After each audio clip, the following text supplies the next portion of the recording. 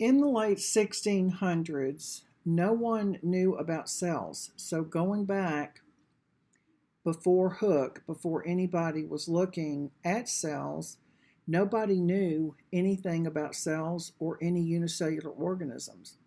There's a lot of unicellular organisms found in water, and that's why a lot of them were looking at pound water.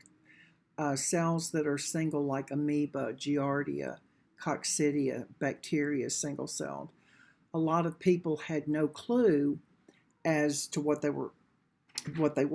So then the microscope was invented. And microscopes allowed scientists to start visualizing an object that was too small to be seen with the naked eye. And we did say that Max von Baer was the first one, the embryologist, to discover the mammalian egg underneath the microscope. But Anton von Leeuwenhoek was actually he was the lens maker that was looking at pond water underneath the microscope. And what he was looking at, what he thought, because there weren't dyes, what he thought looked like little animals, so he called them animalcules. And I think that's a perfect explanation for what he was looking at, because when he looked underneath the microscope without dyeing anything, everything looked clear, and it was just all going in his field of vision, and he had no clue as to what he was looking at.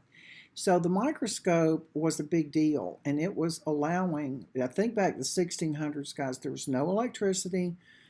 They were very, very simple microscopes. They had to sit. They didn't have a light source for them because there wasn't electricity, so they had to sit by a window, or at nighttime they had to sit by candlelight.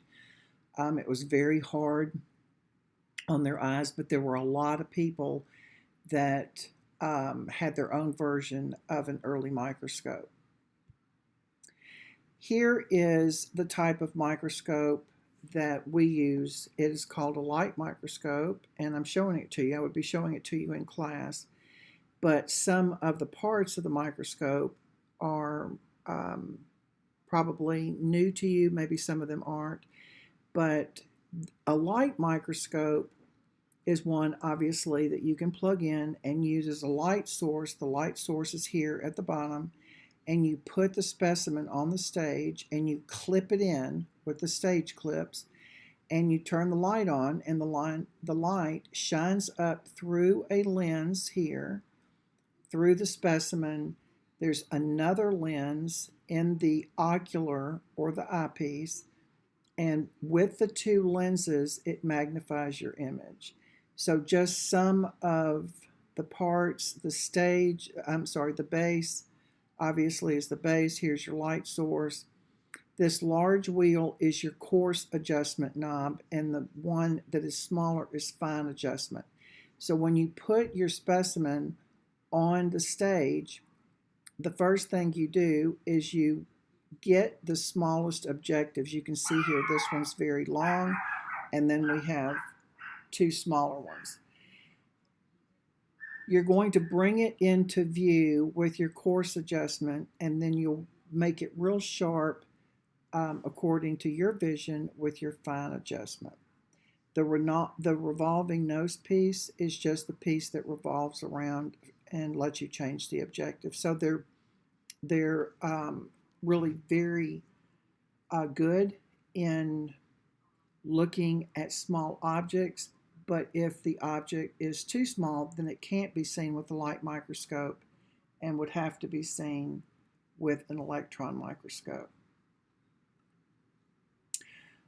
Here are some of the functions. Your eyepiece, there is a lens in your eyepiece that magnifies the image 10 times.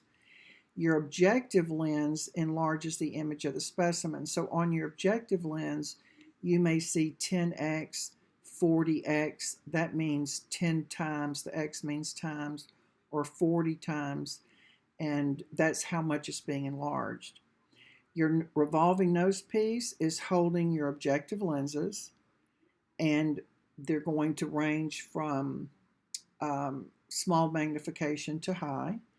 And then your stage is a platform that supports your slide to hold the specimen. And then, of course, we have a light source and the light source is going to shine up through the specimen and provides the light for viewing the image.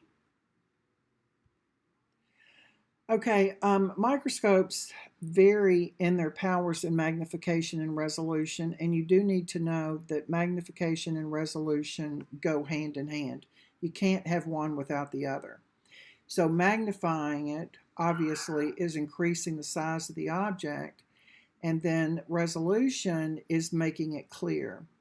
Light microscopes cannot revolve images at a magnification above 2000, and that would be, we don't have the type of light microscopes that actually can magnify at that power. But do know that you can't have one without the other. It really wouldn't do any good for you to magnify the image if you couldn't bring it in sharply, and it wouldn't do any good to make it sharp if you couldn't magnify it and see its parts.